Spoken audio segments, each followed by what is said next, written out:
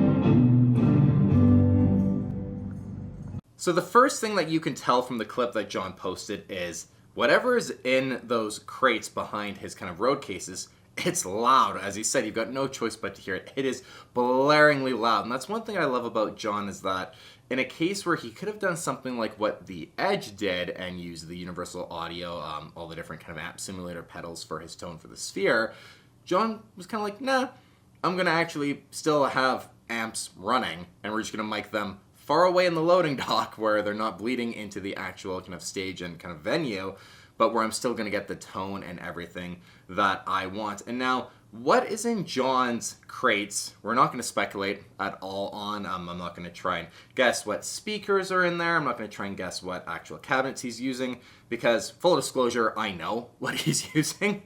I've known for a while now, and I'm just not at liberty to say. So I'm not going to speculate, because anything I speculate isn't going to be correct. So I'm not going to give you guys the correct answer. Unfortunately, at this time, that's just the way it goes with kind of learning some of these things, is that I have to give my word that I'm not going to tell things in order to kind of get you guys certain information out there, but there's other things I just have to give my word that I can't say, and I'm not going to break my word to people, and that's how you don't get to know certain fun things, and then that really limits the information I can tell you guys as well when people don't trust me, that when they say you got to keep this quiet, I don't keep it quiet. That's one way to lose a source really, really quickly. So I'm not going to touch on what's in there. But what is cool is that John then went and posted a shot of the kind of crate system that Bob Weir is using. And you can see a hand-wired Vox AC30 in there. But what's kind of cool is that it's decorated on the inside of the crate. It's got there's some plants and some lights and everything in there. And it just looks really cool. And John even mentions that Jeremy is a genius, his guitar tech. So I'm assuming that Jeremy might have been the one who kind of figured this out and designed this whole kind of rig and setup for all of Dead & Company, or at least John and Bob, I'm assuming, to be able to actually use for the Sphere residency. And then, let's have some fun with it and kind of decorate it up a little bit on the inside and, make it a little bit more exciting. And if you needed to ever run in there and troubleshoot anything, well, at least it's got a bit more of a cozy vibe than just a big plywood shipping crate. So some kind of details of what you can expect the inside of John's to look like as well, probably decorated up the exact same way. But this, of course, when the shot got posted, people right away were asking, oh, well, is this John? Is John actually using a hand-wired Vox AC30? And no. This is Bob Weir's setup here that we're seeing. John's not disclosing what's in his, kind of giving us a little taste of what is going on, but I'm going to show you Bob's. I'm not going to show you mine. It's just, kind of a typical post that I'd expect from John, that we would all expect from John. As far as the amps that are on stage, what I can say is that there's no reason to believe that they aren't being actually used. It's completely possible that there's something else being used in the mix. That I don't know for any certainty or anything like that. It's possible that something else is being added into the mix. We just have no idea of knowing. Might never will. But we got 2 Dumbles on stage, the Ultraphonics modded Bandmaster on stage, the Fender Twin, and then as well we have the Dumble ODS, the 50 watt one as well. John's not going to have 3 Dumbles on stage and not be using them, let's be honest. They're amps he's used with Dead & Company before, well, at least the ODS has been, so if he's going to have that on stage, it's not, one he's not going to be using. It's something he's used a ton. If he had just some random amps on stage, then maybe you'd be like, okay, maybe there's a Dumble in going on the back or that 50 watt ODS if you didn't see it on stage. But the fact that it is, I'm pretty firmly in my belief, at least, that what we see on stage is what he's actually using, because it wouldn't make much sense, too, for him to go from that amp that was behind the curtain to then using that Dumble Ultraphonics Bandmaster, swapping it out. He just would have, whatever rig was being used behind the scenes, he just would have swapped it in, and we would have never really known, to be honest. There'd be no reason to actually change what you see on stage. Unless, of course, John is messing with us, but I doubt it. So that's kind of, I think, what's going on here in terms of the setup. I believe it's the amps that are on stage. Maybe the addition of something else as well. Very hard to say. Like I said, we might never know. But really cool to kind of have some insight information and at least just know that John's actually, he's moving air with these amplifiers, and so is Bob. They got their amps actually kind of, or the speaker cabs, at least in John's case, inside of these crates, making a lot of noise, and his tone for the Sphere is really good. One of my favorite Dead & Company tones, I think, ever. He sounds fantastic.